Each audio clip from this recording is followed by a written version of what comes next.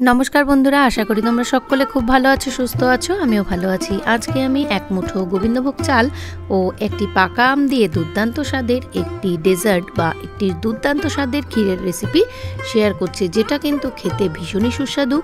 बाच्चा थेके बड़ो सकले किन्तु भीषणই पछंद करबे। एकबार एई रकम रेसिपि एकटा बानिए देखतेई पारो। एकेबारेई स्वल्प उपकरणे किन्तु एई रेसिपिटा तैरी हये जाय।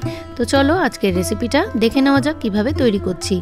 आमी एखाने 500 ग्राम दूधेर आजके जेहेतु क्षीरटा तैरी करब ताई जोन्नो मेजारिंग कापेर एक मुठेर थेकेও सामान्य एकटु कम आमी एखाने गोविंदभोग चाल निয়েছি। तो एक मुठ जा चाल ओठे तार थेके एकटु कम चालই किन्तु व्यवहार करते हबे, ना होले किन्तु क्षीरटा एकदम जमे जाबे। चालटाके एकबार दुबार जल दिए भालो करे धुए तार मध्य आमी 8 থেকে 9টা काजू बादाम एखाने रेखे दिएছি। एते कि होबे काजू बादाम एबं चालटा भिजते आमादेर प्राय आधा घंटा मतन टाइम लागबे, ताते किन्तु सुंदरभावे भिजे जाबे। क्षीर बानानोर जोन्नो आमादेर तो दूधेर प्रयोजन एकदमই লাগছে। তো সেক্ষেত্রে আমি কিন্তু 500 গ্রাম দুধের ব্যবহার করেছি এখানে। তো দুধটা জাল দেওয়ার জন্য সবার প্রথম কড়াইতে জল দিয়ে কিন্তু দুধটা আমরা দিয়ে দিয়েছি। প্রথমে কিন্তু অনবরত একটু নাড়তে থাকতে হবে যেন কোনোভাবেই কড়াইয়ের মধ্যে ধরে না যায়। আর এইরকম একটা ডেজার্ট বা এইরকম একটা ক্ষীরের রেসিপি যদি ডিনারের পরে হোক বা যে কোনো অনুষ্ঠানের সময় কাউকে দেওয়া যায় তাহলে কিন্তু একেবারে মন আনন্দ করে সবাই খেতে থাকবে, বাচ্চা থেকে বড় সকলে। তো দেখো দুধটা কিন্তু খুব সুন্দরভাবে আমাদের ফুটে উঠেছে এবং দুধের ওপরে যতবারই সর পড়ছে একবার করে কিন্তু কাটিয়ে জিনিসটাকে দুধের সাথে মিশিয়ে দেওয়া হচ্ছে। এতে কি হয়, দুধের ঘনত্ব বেড়ে যায় এবং দুধের মধ্যে কিন্তু একটা মালাই টেক্সচার তৈরি হয়। এই দুধটা ফুটতে ফুটতে আমরা একটা ছোট্ট কাজ করে নেব। এই যে গোবিন্দভোগ চাল আর কাজু বাদামটা নিয়েছিলাম ভিজিয়ে রেখেছিলাম সেটা কিন্তু জল ঝরিয়ে এখন মিক্সার গ্রাইন্ডারে দিয়ে দিয়েছি এবং এতে দিয়ে দিচ্ছি 10 টাকার যে গুঁড়ো দুধের প্যাকেট আছে সেই গুঁড়ো দুধের প্যাকেটের 1 প্যাকেট দুধ শুকনো অবস্থায় একটু গ্রাইন্ড করে নিয়ে তারপর বেশ কিছুটা লিকুইড দুধ ইউজ করে আমি কিন্তু এই যে চালের যে বাটাটা বা চালের যে পেস্টটা আমি একটা পাত্রে ঢেলে নিয়েছি, দেখে তো বুঝতেই পারছো। এরপরে যেহেতু আমাদের লাগছে একটি পাকা আম, তো সেই জন্য সবার প্রথম আমরা একটা আমকে এপিট ওপিট থেকে কেটে নিয়ে আম থেকে কিন্তু ছোট ছোট করে টুকরো টুকরো আকারে কিউব আকারে কিন্তু আমগুলোকে কেটে পিস পিস করে বার করে নিচ্ছি। তোমরা অনেকেই জানো এইভাবে আমটা যে স্লাইস ছোট ছোট করে বার করতে হয়, তো এইভাবে যদি বানিয়ে নেওয়া যায় তাহলে কিন্তু ভীষণই ভালো লাগে। তো একটা পিঠের আম আমরা এরকমভাবে কিন্তু ছাড়িয়ে রেখে দেব আর বাকি যে আমটা সেইটার থেকে কিন্তু আমরা পাল্প বার করে সেটা কিন্তু এই ক্ষীরের মধ্যে কি কি প্রসেসে মেশাচ্ছি তো সেটাই তোমাদের সাথে শেয়ার করব। দেখো আমটাকে কিন্তু আরেকটা পিঠে যে আমটা রয়েছে সেটাকেও কিন্তু কেটে নিয়েছি এবং আঠিটা থেকে চটকে আমের পাল্পটা বার করে এটাকে এখন একটা মিক্সার গ্রাইন্ডারের মধ্যে দিয়ে দিচ্ছি। এটাকে একটা পেস্ট তৈরি করব মিক্সার গ্রাইন্ডারে দিয়ে। এরপর কিন্তু এই পেস্টটা তৈরি হয়ে যাওয়ার পর একটা ছোট্ট কাজ করতে হবে, ততক্ষণে চলো চটপট করে দুধটা একটু দেখে নিই। আর এখানে দেখো আমটাকেও আমরা ছোট ছোট করে কাটা যে ছিল সেটাকেও রেখে দিয়েছি।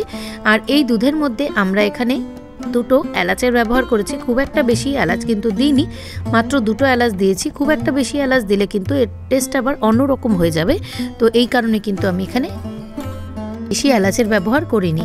এইবার এই আমের যে পাল্পটা ছিল একটা ছোট পাত্রে একটু গ্যাসের ওভেনে বসিয়ে আমি কিন্তু 1 থেকে 2 মিনিটের জন্য ভালো করে একটু জাল করে নিয়েছি।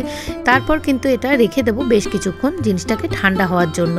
তো দেখো আমাদের কিন্তু দুধটা এখানে পুরোপুরি ফুটে একদম ক্ষীরের মতো হয়ে গেছে। এরপর কিন্তু এই যে আগে থেকে যে পেস্টটা তৈরি করেছিলাম চাল আর কাজু বাদাম আর গুঁড়ো দুধের, সেটাকে এখন ধীরে ধীরে খুব আস্তে আস্তে কিন্তু এই দুধের মধ্যে মেশাতে থাকতে হবে এবং অনবরত কিন্তু এই হাতাটাকে দিয়ে এপিট ওপিট করে কিন্তু নাড়াতে থাকতে হবে। এধার ওধার করে একদম সুন্দর করে মিশিয়ে দিতে হবে, তাহলে যেন চালটা মানে জমে না যায় সেটা তোমাদের কিন্তু খেয়াল রাখতে হবে। তো দেখো এইরকম অনবরত নাড়তে নাড়তে কিন্তু আমরা চালটাকে পুরোপুরি তৈরি করে ফেলেছি।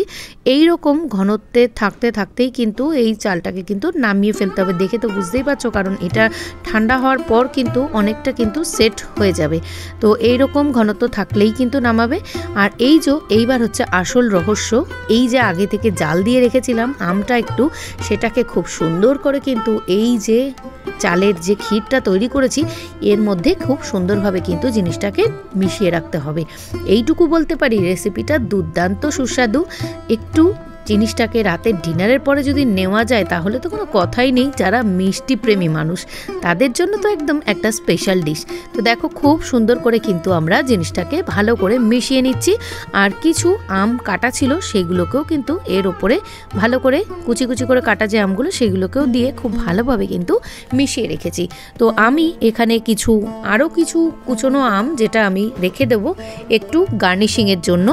মধ্যে আমি আরও একটা জিনিস ব্যবহার করেছি যেটা আমি ক্যামেরাবন্দি করতে ভুল হওয়ার কারণে আমি ক্ষমা চেয়ে নিচ্ছি তোমাদের কাছ থেকে। আমি এখানে কিন্তু এই দুধটা যখন চাল দিয়ে মেশাচ্ছিলাম আমি এখানে 2-3টে কেসারের ধাগা ব্যবহার করেছি। তোমরা চাইলে ইউজ করতেও পারো, নাও করতে পারো।